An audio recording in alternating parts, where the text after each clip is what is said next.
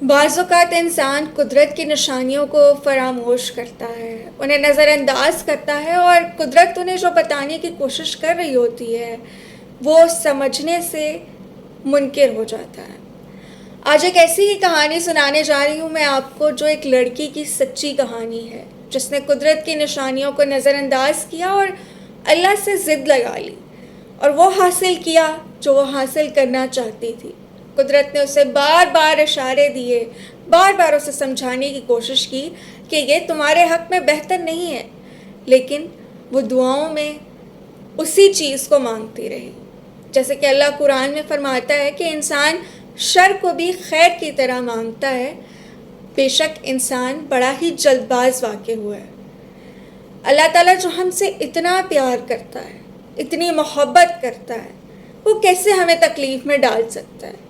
انسان دعاؤں سے اپنی تقدیر کو بدلنے کی کوشش کرتا ہے، اور جب وہ بدل جاتی ہے تو اس کے بعد کے نتائج اس کے لیے کس قدر پریشان کن ہو سکتے ہیں، اس کہانی سے آپ کو ضرور پتہ چلے گا۔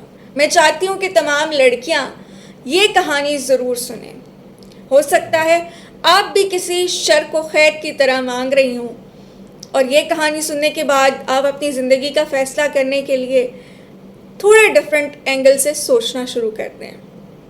یہ کہانی ایک لڑکی کی ہے جس کا نام ظاہر نہیں کیا جا رہا۔ 2023 میں اس کے لیے ایک پرپوزل آتا ہے۔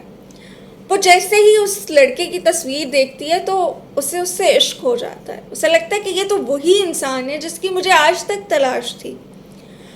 پھر یہ ہوتا ہے کہ وہ بہت خوش ہو جاتی ہے۔ خوشی اس وقت ختم ہونے لگتی ہے جب اس کی انگیجمنٹ طے ہو کے ان ایکسپیکٹڈ ریزنز کی وجہ سے ہونے سے پہلے ہی ختم ہو جاتی ہے۔ اب جب اس کی منگنی ختم ہوتی ہے تو اسے لگتا ہے کہ زندگی ختم ہو گئی ہے، میں نے جو چاہا تھا وہ مجھے مل رہا تھا اور اللہ نے مجھ سے وہی چھین لیا۔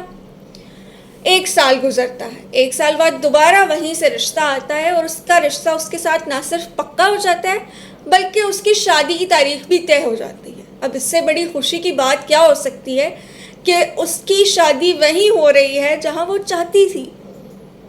اتنی رکاوٹیں آنے کے باوجود نکاح سے 2 دن پہلے ہی قدرت اسے ایک اور سائن دیتی ہے۔ لڑکے کے نانا ابا کی وفات ہو جاتی ہے اور ان کی شادی کچھ ڈیلے ہو جاتی ہے، لیکن بہرحال ان کی شادی آپس میں ہو جاتی ہے۔ اور جب شادی ہو جاتی ہے تو اس کے بعد جو حقیقت اس پہ آشکار ہوتی ہے وہ اتنی تکلیف دہ، اتنی دردناک ہوتی ہے کہ وہ تصور بھی نہیں کر پا رہی ہوتی۔ حقیقت یہ ہوتی ہے کہ لڑکے نے ہر چیز کے بارے میں اس سے جھوٹ بولا ہوتا ہے۔ نہ تو اس کی جاب ہوتی ہے، نہ اس کا گھر ہوتا ہے، نہ اس کے پاس کوئی اور چیز ہوتی ہے، یہاں تک کہ وہ شرابی ہوتا ہے، نشہ کرتا ہے اور گناہوں کی دلدل میں دھنسا ہوا ہوتا ہے۔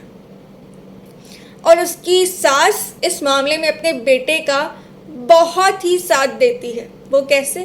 کہ وہ ڈینائی کرتی ہے، اپنے بیٹے کے ابو پہ پردہ ڈالتی ہے، اور جب اسے سوال کیا جاتا ہے تو وہ نہ صرف اس لڑکی کو مارتے پیٹتے ہیں بلکہ اس کے اوپر زندگی کے دیگر دروازے بھی بند کر دیتے ہیں۔ 3 مہینے ٹارچر، اذیت، ذلت سہنے کے بعد اس لڑکی کی وہاں سے طلاق ہو جاتی ہے، اور ٹھیک 2 ہفتے بعد اس لڑکے کی دوبارہ سے شادی ہو جاتی ہے۔ لیکن اس لڑکی کو جو تکلیف، جو درد، جو دکھ سہنا پڑتا ہے وہ سارا کا سارا اس کی ان دعاؤں کی وجہ سے ہوتا ہے جو اس نے مانگی، اللہ سے ضد کی۔ اللہ نے اسے ہمیشہ اشارے دیے، ڈے فرسٹ سے ہی اس کو سائنز اور سگنلز مل رہے تھے کہ یہ چیز، یہ شخص تمہارے لیے بہتر نہیں ہے، لیکن اس نے اللہ سے ضد لگائی، اس نے قدرت سے ضد لگائی، اس نے مانگا اور اللہ نے دے دیا۔